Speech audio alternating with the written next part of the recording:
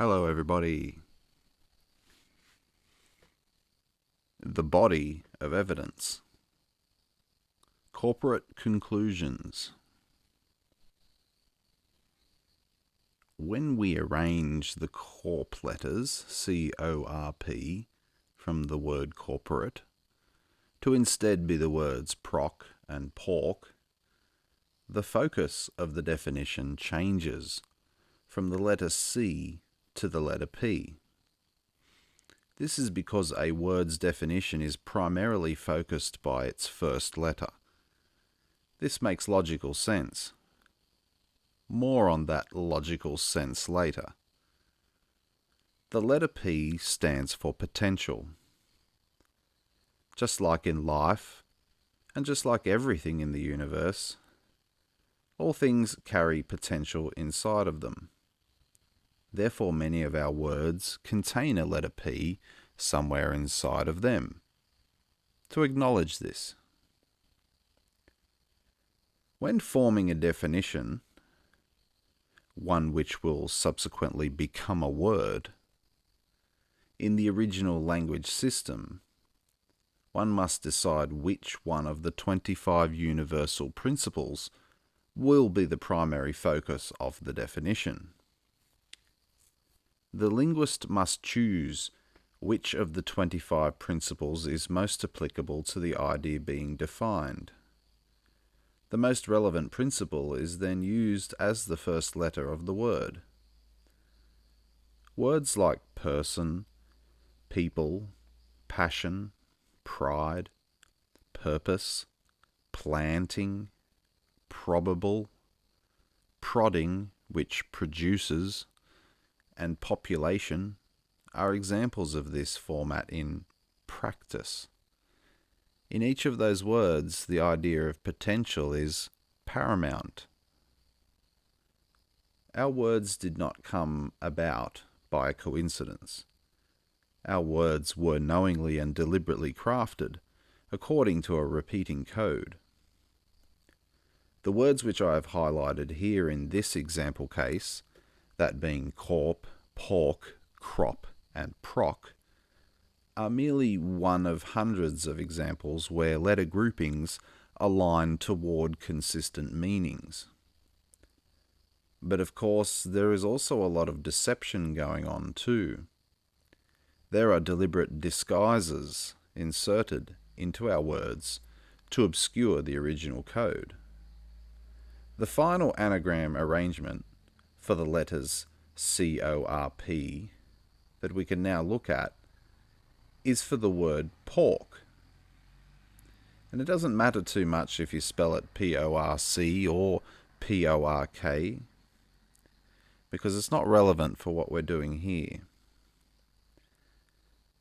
The meat of the pig has only been referred to as pork since about the year 1300 onwards.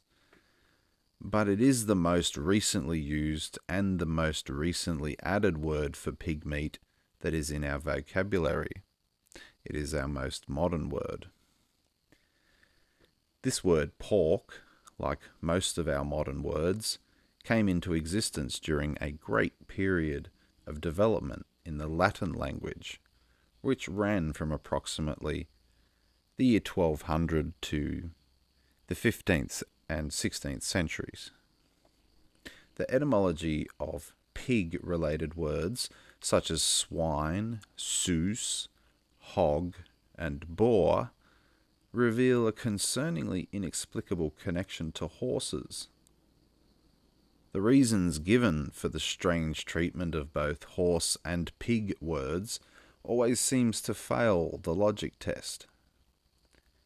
These suspicious animal etymologies, and many more of their farmyard friends, are something about which I will cover extensively very soon.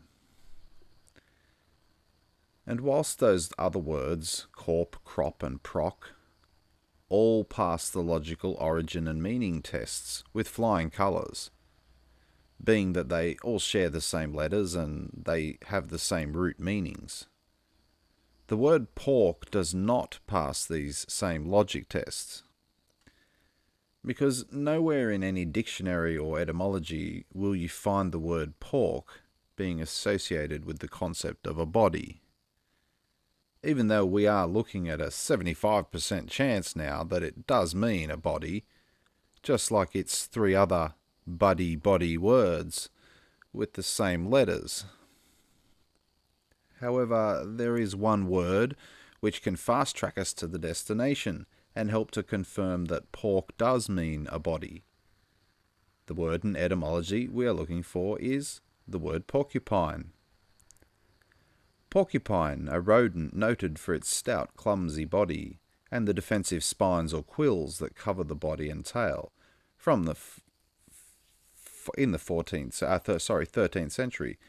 Porc-upine from the Old French porc-espine, early 13th century, modern French porc-épic, and then literally meaning spine hog, from Latin porcus, meaning hog, from the Pi root porco, meaning young pig, plus spina, meaning thorn or spine. The word had many forms in Middle English and early modern English, including portipine, influenced by port, meaning to carry, as though carry spines. Pork pen, pork and pick, paw point, and Shakespeare's porpentine in Hamlet. The same notion forms the name in other languages such as Dutch stekelvarken and German Stachelschwein. Excuse my pronunciations. This is the etymology which is currently offered for porcupine. But really, wouldn't a definition of body of spines make a lot more logical sense? A body of pins is what porcupine actually means. A porcupine does not look very much like a pig. It looks more like a large guinea pig with spikes. But neither a guinea pig nor a porcupine really look anything like a pig. The correlation is distant at best. The language code helps to clear up the confusion. And in this case, it is going to add even more detail to the newly revealed definition of porcupine. And it comes by way of understanding the letter U. Notice that sitting there all alone between the words pork and pine is the letter U. This letter U here is not specifically attached to either the pork or pine words, and this is a major clue that the letter U has a secret meaning behind it. The secret meaning of letter U is carry. Letter U is the symbol assigned to the universal principle of carriage. The shape of the letter U is not coincidental. It is a drawing of a cup. Letter U is a drawing of a vessel to carry things. And although the etymology of porcupine does not mention bodies, it does very clearly mention the concept of carry. And this is exactly right, and it helps demonstrate that the consistency of the language code is there to be found, if one knows which are the really important aspects to focus on. Porcupine should be defined, therefore, as meaning a body carrying pins. This definition makes far more logical sense than the currently offered definition of hog spines. But it all leads to the further question of why the word pork is linked to the word port. They don't seem to mean the same thing. Not anymore, at least. But perhaps a long time ago they did mean close to the same thing. After all, they do have close to the same letters. And this is the secret code of language at work. And here at Addiction to Language on Facebook is the only place on earth where you can learn all about the secret language code and how it was all meant to operate. Thank you for listening.